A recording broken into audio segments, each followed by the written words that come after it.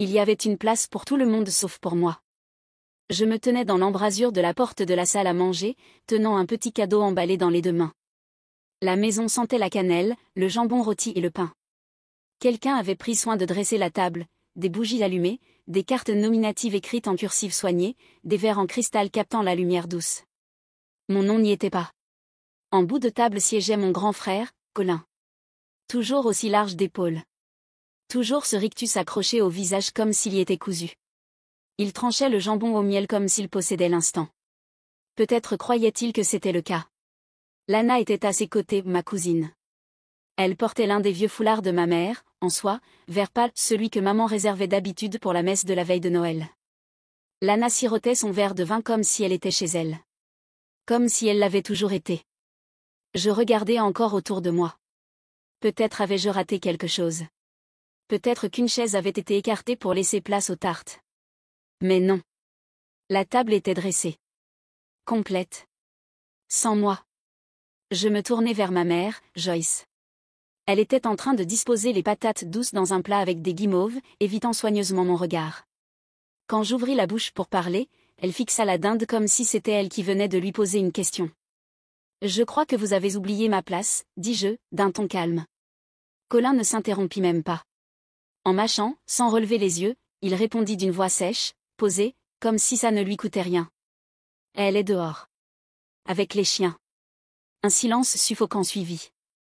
Lana étouffa un petit rire. Un des cousins éloignés se tortilla sur sa chaise. Une fourchette tinta contre une assiette. Mais personne ne dit un mot. Personne ne rit. Personne ne protesta. Je restai là, les joues en feu. Je ne savais pas ce qui faisait le plus mal qu'il l'ait dit, ou que tout le monde laisse ses mots flotter dans l'air comme une prière que personne ne revendique. J'aurais pu faire demi-tour. J'aurais pu dire quelque chose de fort. Faire une scène. Mais au lieu de cela, j'avançai, posai la petite boîte devant l'assiette de Colin, puis me penchai tout près, assez près pour que seul lui entende. « Regarde sous ton assiette. » Et je partis. Sans attendre qu'on m'arrête. Sans me retourner. Je sortis simplement dans la nuit de décembre, laissant le froid me rappeler que j'étais encore en vie. Quand j'étais petite, Noël était mon jour préféré au monde. À l'époque, le sapin trônait devant la fenêtre du salon, pas comme une vitrine parfaitement orchestrée, mais un pain légèrement bancal avec des décorations dépareillées qu'on avait accumulées au fil des ans. Colin et moi nous disputions pour savoir à qui revenait le tour de suspendre le renne en verre, celui avec la ramure fêlée. Papa interrompait toujours la dispute en le tenant lui-même et en déclarant « Celui-là, c'est pour la paix. » Et la paix ne prend pas parti. C'était notre père, Russell Blake. Il sentait l'huile de moteur et les copeaux de cèdre et avait toujours une tache de graisse sur sa chemise, même à Noël. Mais quand il souriait, la pièce entière semblait retrouver son équilibre. Il me décoiffait en disant « T'es coriace, gamine. Tu nous enterreras tous. » Je ne comprenais pas ce qu'il voulait dire, à l'époque. Je pensais qu'il blaguait. Aujourd'hui, je crois qu'il avait peut-être vu quelque chose, même que moi je ne voyais pas. Colin était différent aussi. On avait déjà construit un fort en neige si haut qu'on ne voyait même pas au-dessus. J'ai glissé sur la glace en essayant de grimper et je me suis éclaté la lèvre et il a pleuré plus fort que moi. Il m'a ramené en criant pour appeler maman, m'a enveloppé dans une couverture et m'a dit « T'as pas le droit de mourir. » Jamais. Cette version de lui, celui qui me donnait le dernier carré de fudge et me laissait monter devant quand on allait chercher du bois, je ne sais pas où il est passé. Je ne sais pas quand il est parti. Et maman. Elle chantait toujours en cuisinant. Sa voix était douce, à peine juste, mais je me souviens comme elle fredonnait douce nuit en épluchant les pommes de terre. Parfois, elle tournoyait sur elle-même dans ses pantoufles, son tablier flottant légèrement, quand elle pensait que personne ne la regardait. Je regardais. Elle s'assurait toujours que ma tasse préférée aux blanches, avec des feuilles de houx délavées, m'attendent sur la table, remplies de chocolat chaud et de trop de guimauve. Je ne l'ai pas vue cette année. Je ne m'y attendais pas. Mais je l'ai quand même remarqué. J'ai remarqué ce qu'était devenue cette maison, ce qu'étaient devenus ceux qui y vivaient. Et je n'ai pas pu m'empêcher de me demander, étais-je la seule à me souvenir des bons moments? À un moment donné, les rires sont devenus tranchants. La chaleur? Elle s'est refroidie. Et Colin, il a commencé à parler au nom de la famille, comme s'il était le seul à pouvoir l'interpréter. Ma voix est devenue plus discrète. Mon nom apparaissait de moins en moins. Jusqu'au jour où, il n'est plus apparu du tout. Et pourtant, je continuais de venir. En espérant que ce n'était que le deuil. En espérant que ce n'était que du stress. En espérant, en priant, qu'il me verrait. Mais l'espoir. L'espoir peut devenir aveugle si on le nourrit trop longtemps. Et je crois que c'est ce qui m'est arrivé. Ce n'est pas arrivé d'un coup. Il n'y a pas eu de grande dispute. Pas de porte claquée.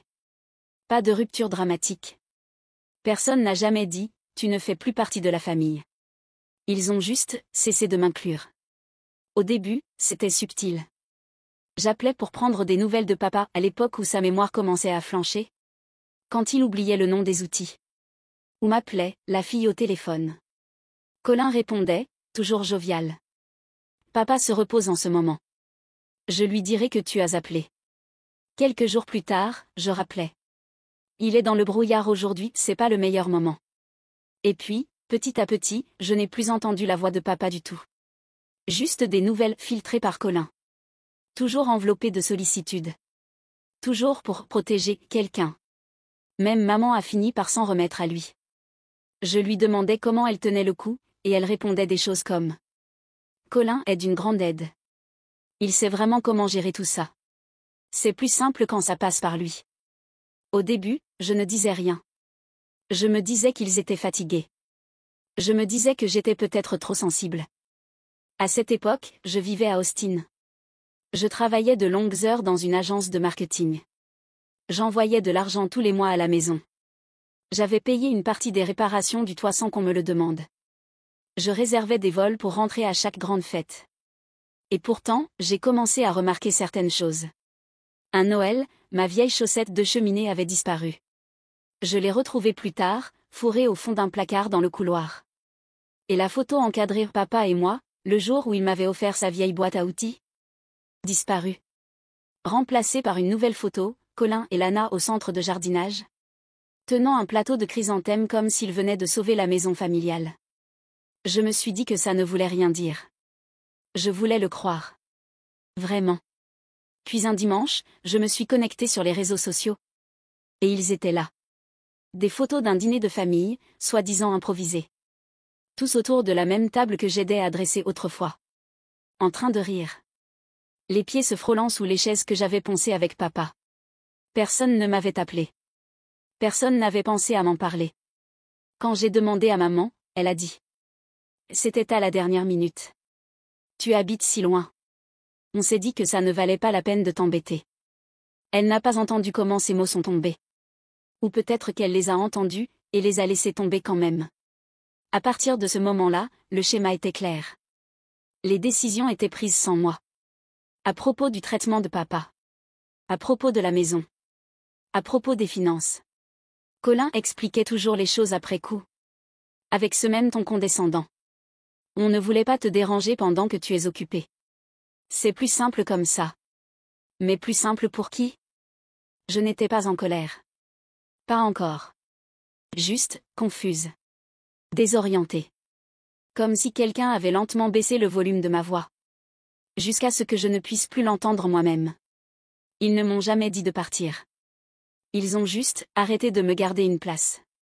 La première fois que j'ai réalisé que Lana avait emménagé. C'est elle qui a répondu au téléphone depuis la cuisine de ma mère. J'ai entendu le bruit de la cuillère contre la tasse préférée de maman.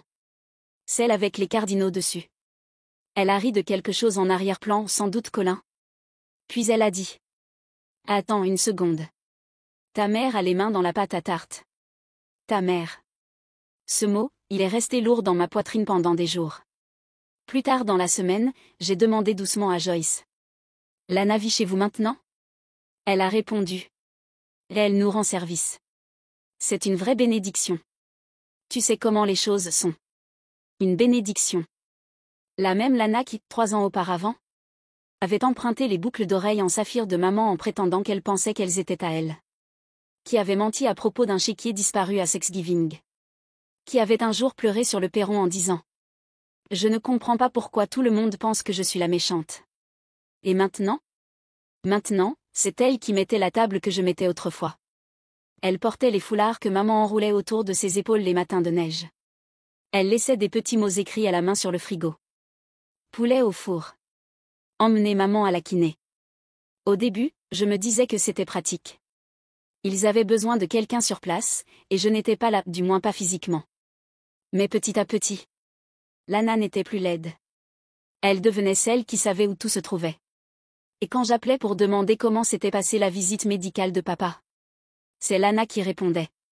Quand j'ai envoyé des fleurs pour l'anniversaire de maman, Lana m'a envoyé un message de remerciement avec une photo de maman tenant le bouquet, debout à ses côtés.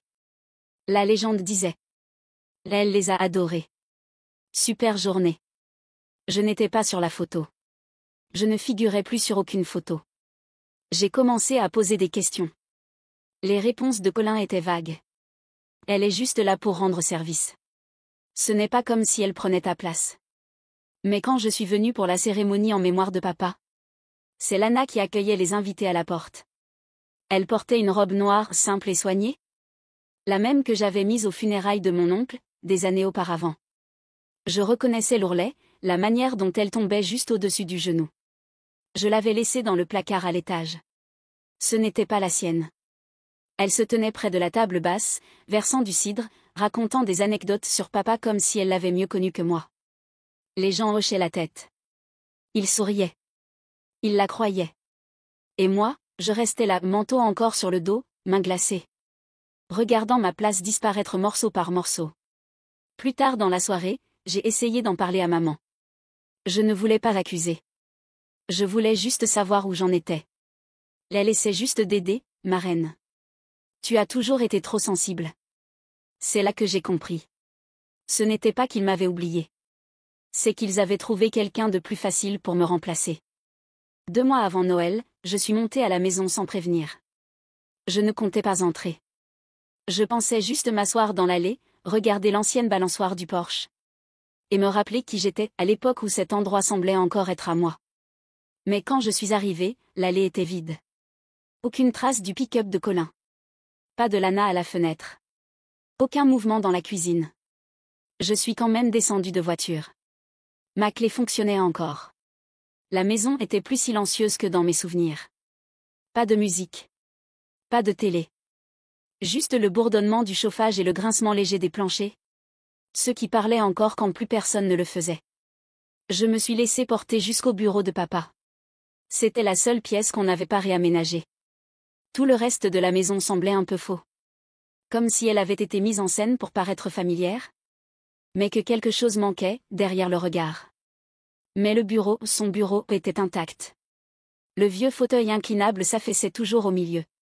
Sa boîte à outils était posée sous l'étagère, la peinture écaillée et rouillée. Une horloge battait doucement près de la fenêtre.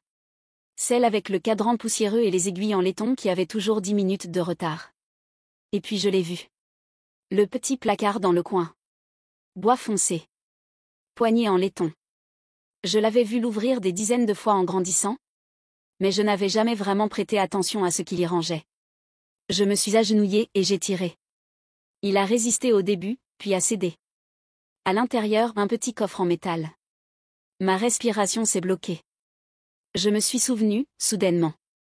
Il y a longtemps, peut-être au lycée. Il avait glissé une minuscule clé dans son livre préféré. Il m'avait dit, juste au cas où. J'ai levé les yeux, fouillé les étagères. Travel with Charlet, de Steinbeck.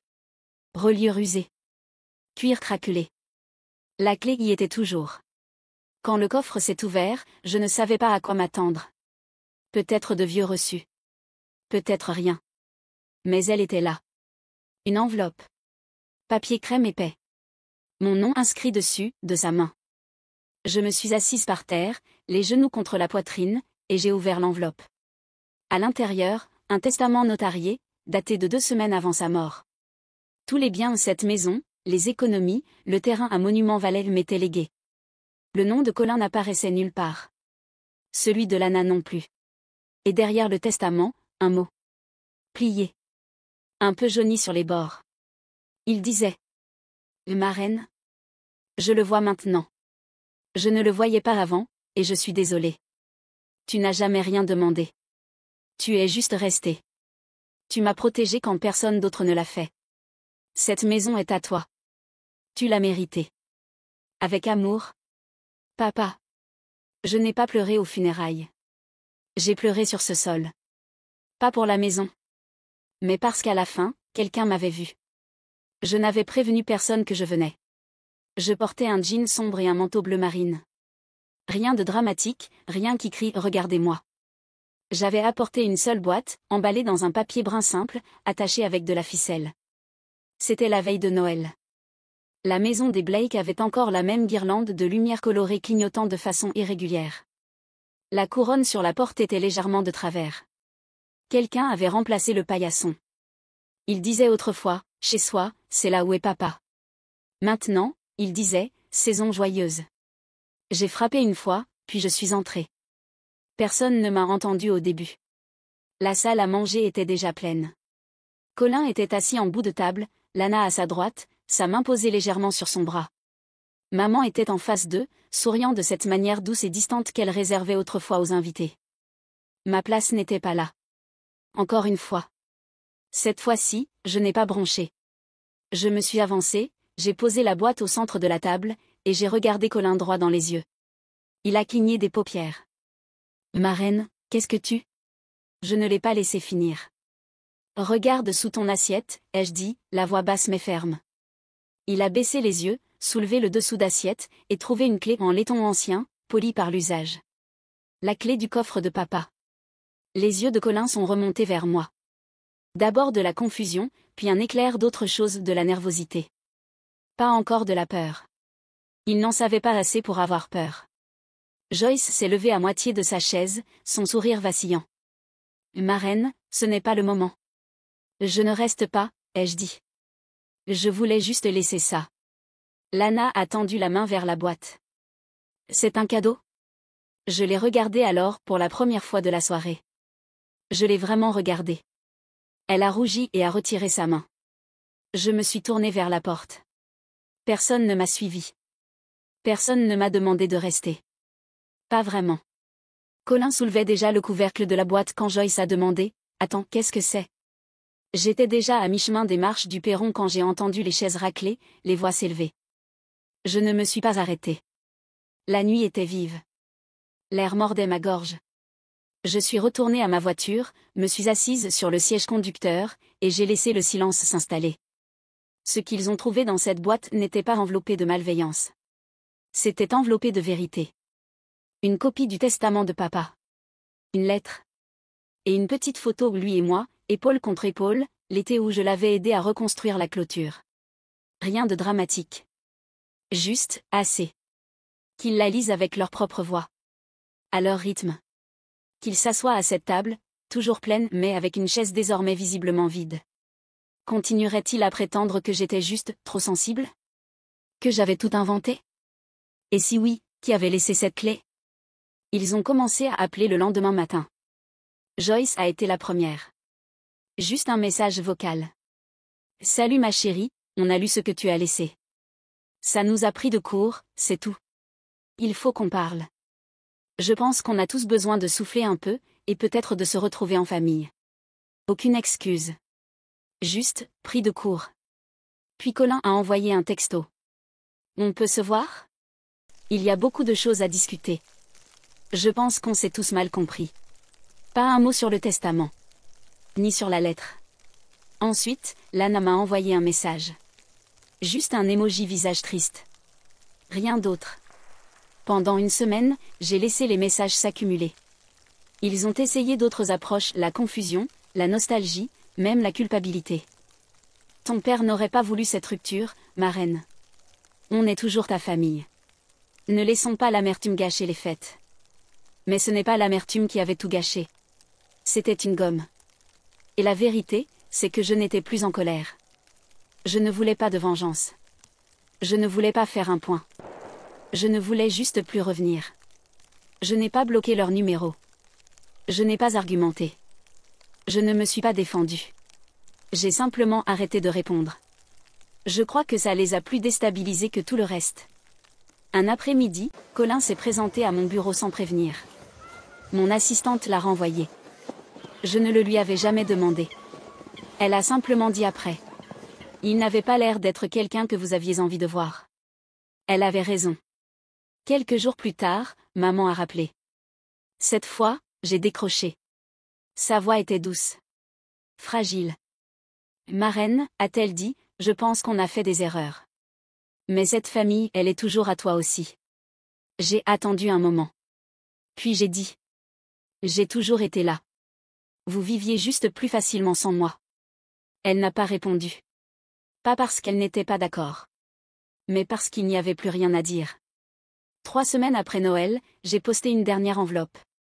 Sans adresse d'expéditeur. À l'intérieur, la photo originale de papa et moi. Celle de la clôture. Celle qu'ils avaient discrètement enlevée du couloir, il y a des années. Je n'ai pas mis de mots. Je n'en avais pas besoin. Une semaine plus tard, une voisine m'a envoyé une photo. Je ne lui avais rien demandé. Elle pensait juste que je voudrais savoir. La photo avait été raccrochée. Pas à l'intérieur de la maison des Blake. Pas au-dessus de la cheminée. Pas près de la table à manger.